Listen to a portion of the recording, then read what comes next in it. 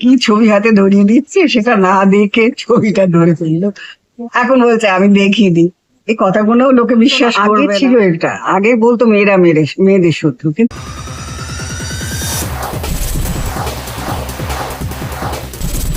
Event এসছো girls gang, এরকম একটা ইভেন্ট ভেবেছিলে আগে কোনোদিন হতে পারে?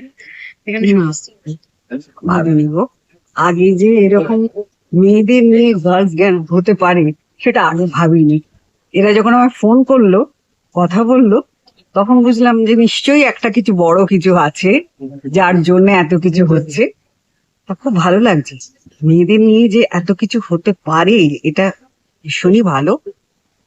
ভবিষ্যতে আরো বড় হোক, আরো ভালো হোক, এটাই চাই।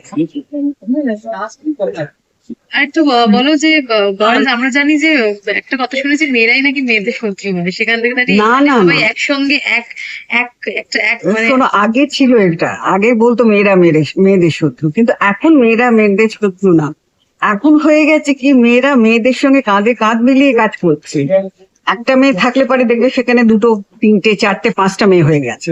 এখন সব ব্যাপারেই দেখবে একসঙ্গে ব্যাপারটা ভীষণ এসে গেছে। এখন একা একা কেউ কিছু করবো না, আমরা সবাই মিলে করবো। আর সবাই মিলে করতে গেলে মেয়েরা তো আসবেই, আগে মেয়েরা যাবে, তারপর ছেলেরা আসবে। তোমরা যেমন আজকে এখানে বিশেষ অতিথি, সেরকম আরো কিছু কচিকাঁচা বিশেষ অতিথি আছে। হ্যাঁ। তাদের নিয়ে কি বলবে? তাদের কি বলার আছে বলো বাবা, তারা আসবে, তারা দেখবে, বুঝবে যে এখন আস্তে আস্তে মেয়েদের নিয়ে কত কিছু হচ্ছে। অতএব সেটা দেখে তারা নিশ্চয়ই তাদের ভালো লাগবে, তারা তখন সেটা নিয়ে বলবে। মেয়েদের অর্থনৈতিকভাবে স্বাধীন হওয়া কতটা জরুরি বলে তোমার আজকে দিনে মনে হয়? খুবই দরকার, খুবই দরকার গো।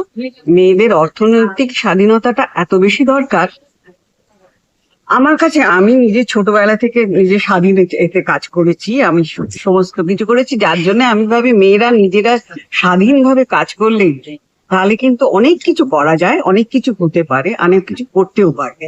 মেয়েদের স্বাধীনতার খুব দরকার, ভীষণই দরকার। সেখান থেকেই আসছে যে যেই মেয়েরা এখনো ইন্টেরিয়রে থাকে এবং তারা শহরে আসতে পারছে না, বা এখনো এরকম একটা বিষয় রয়েছে যে মেয়েদের তাড়াতাড়ি বিয়ে দিয়ে দেওয়ার একটা বিষয় থাকে।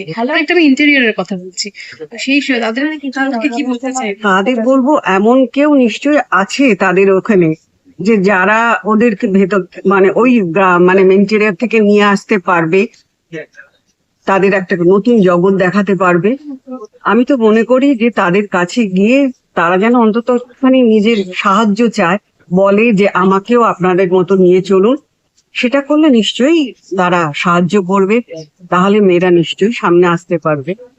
তো সব জায়গাতেই মেয়েদের অনেকটা স্পেয়ার বাড়ছে। সেখান থেকে যদি আমি ইন্ডাস্ট্রির কথা বলি, আজও কিন্তু খানিকটা হিরোইনদের, আমার যদি আমি ইয়ে কথা বলি, টাকার কথা বলি, সেই অর্থে কিন্তু এখনো হিরোর সঙ্গে সেই জায়গাটায় সমান সামঞ্জস্য না, সেটা সেটা কি হয়েছে না, আগে ছিল সেটা, মেয়েরা কম পেতো, ছেলেরা বেশি টাকা পেত, কিন্তু ইদানিং কালে কিন্তু সেটা এখন নেই। এখন কিন্তু অনেক পাল্টেছে, এখন কিন্তু মেয়েরা বেশি, এখন হিরোইনরা কিন্তু বেশি টাকা নিচ্ছে, কারণ হিরোরা নিচ্ছে, আমি বলছি না যে হিরো কম নিচ্ছে, কিন্তু এখন হিরোরাও হিরোইনরাও তার সঙ্গে তাল মিলিয়ে কিন্তু টাকা চাইছে, কিন্তু টাকা পাচ্ছে না। একজন মহিলা কতটা সুরক্ষিত শহরে বলে তোমার মনে হয় আজকে দিনে? শোনো, এটা সবাই নিজের ওপরে। আমি যদি ভাবি যে আমি সুরক্ষিত থাকবো বা আমি চলবো সেরকম ভাবে, তাহলে নিশ্চয়ই চলা যায়, সুরক্ষিত তুমি নিশ্চয়ই আছো, এটা আমি বলবো। সেটা সম্পূর্ণ নির্ভর করে নিজের উপরে। নিজে যদি ঠিক মতো চলতে পারো রাস্তায়, নিজে যদি ঠিক মতো ব্যবহার করতে পারো রাস্তার লোকেদের সাথে, তাহলে তুমি নিশ্চয়ই থাকবে, ভালো থাকবে, ঠিক ভালোভাবে চলতে পারবে।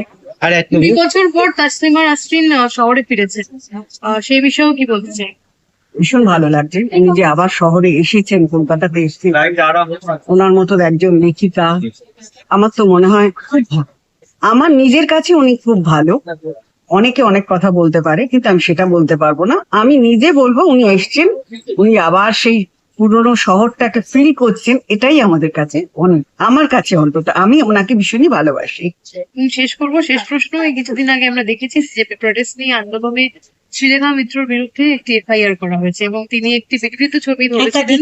একাধিক শ্রীলেখা একটা পাগল, পাগল ছাড়া কি বলবো বলতো। একটা মেয়ে যে দেখবি তো বাবা, যে কি ছবি হাতে ধরিয়ে দিচ্ছে সেটা না দেখে ছবিটা ধরে ফেললো। এখন বলছে আমি দেখিনি। এই কথাগুলো লোকে বিশ্বাস করবে না, অন্তত দেখে তো করা উচিত। একজন সেলিব্রিটি, তুমি তুমি যেটা তোমাকে হাতে কিছু ধরিয়ে দিলেই তুমি সেটা দেখাবে কেন? তুমি অন্তত নিজে দেখে নাও, দেখে নিয়ে সেটা দেখাও। তোমার যদি মনে হয় এটা দেখানো উচিত, দেখাও। তা ওকে আমি কি বলবো বলো তো? পাগল ছাড়া আমি তোকে কিছু বলবো না। ও দেখলো না, ধরিয়ে দিল, সেটা নিয়েও দাঁড়িয়ে পড়লো। এটা কি কখনো ষড়যন্ত্র হয় বলা বলো তো? পাগলামি ছাড়া কি বলবো ওকে সিজেপি আমি? প্রোটেস্ট নিয়ে একটু সমর্থন করছো এই আন্দোলনটা? দেখো, সমর্থন আমার উপরে নির্ভর করে না, জনসাধারণের উপর নির্ভর করে। অর্থাৎ তারা যদি মনে করে যে এখন এই আন্দোলনটা চালানো উচিত, চলবে। আমি একা তো বলে কিছু করতে পারবো না, যেটা সবাই চাইবে সেটাই হবে। কিন্তু এতগুলো স্টুডেন্টের আত্মহত্যা, এটা এটা খুব খারাপ, এটা ভীষণই খারাপ।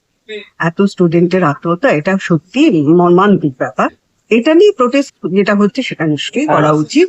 কারণ একজন ছেলে যাওয়া আর 100টা ছেলে যাওয়া আমাদের কাছে সমান ব্যাপার। অতএব আমাদের কষ্টটা খুবই কষ্টের ব্যাপার।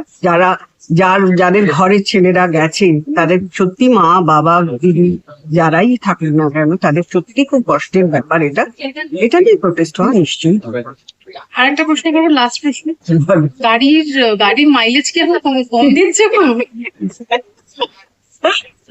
শোনো, আমার গাড়ি দিচ্ছে না, আমি কি করে বলবো বলো? শোনা যাচ্ছে নাকি ওখানেও একটা স্ক্যাম হয়েছে? আমার গাড়ি কম দিচ্ছে না, আমি সেটা বলতেও পারবো না।